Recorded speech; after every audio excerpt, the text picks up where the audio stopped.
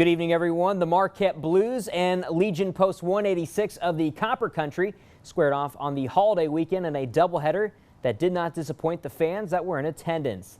The Blues down 1-0 in the bottom of the second when Hunter Doucette lays down the bunt, and the Copper Country's Carter Nettle will try to make the play at first, but he'll pick up the error. Trevor Koski would come all the way around from first to score on the throwing error, and then eventually Hunter Doucette, he comes around to score as well. That's an inside the park home run or the Little League home run, whichever one you want to call it. On multiple errors, Blues lead 2-1. Into the top of the third, and the Bulldogs tie the game back up when Brad Juntons gets a shot through the gap to score Logan Fish. The game was tied at 2. Into the bottom of the third, and Trevor Koski gets the Blues back on track with a grounder down the third base line, scoring Brendan Higbee and Riley Lynch. That would make it 4-2 Blues. The Copper Country trails by 1, though, in the top of the fourth, and Logan Fish hits this one deep to the fence to score Cooper Jeffson on the sacrifice fly, and the game is knotted back at 4. Both teams would add a run apiece to send the game into extra innings.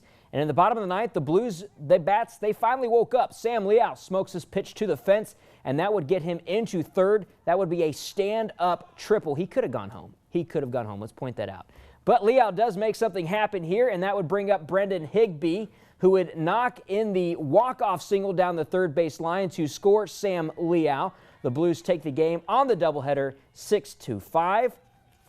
And in game 2 of that doubleheader, the Marquette Blues found the bats once again, scoring 11 runs on 10 hits to beat the Copper Country 11-1 in 6 innings. The Kingsford Blues were also in action. They defeated Ishpeming 5-0. Well, the Escanaba Cubs host the Menominee Red Wave this afternoon. First inning, Logan Lamb lifts this one to center field. C.J. Barron and Hunter Lamarche are able to score. It would be 2-0 Cubs. Now we're in the second inning. Sam Hall, he's going to hit a fly ball that will land in short right field. That would score Lamb and Justin Popelka. Escanaba, they're up big 6-0. Into the fifth inning, Menominee tries to get back in this one as Jason Jankart smokes his double to left field. It was his second hit of the game. Jankart would end up on third base, and then he would get a grounder that was misplayed at third to score Jankart. And Menominee, they're within 7-2, but the Red Wave could not close this one out. The Cubs cruise to a 9-2 victory. As the NHL free agency continues, one former Michigan Tech Husky is finally getting a contract with the team that drafted him in 2012. The Winnipeg Times announced today that former Michigan Tech goaltender Jamie Phillips was signed to a 2-year developmental contract with the Winnipeg Jets. Phillips spent the past 4 seasons with the Michigan Tech Huskies, posting a career record of 57-25-8.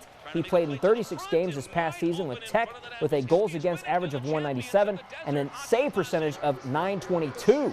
Phillips was drafted by Winnipeg back in 2012.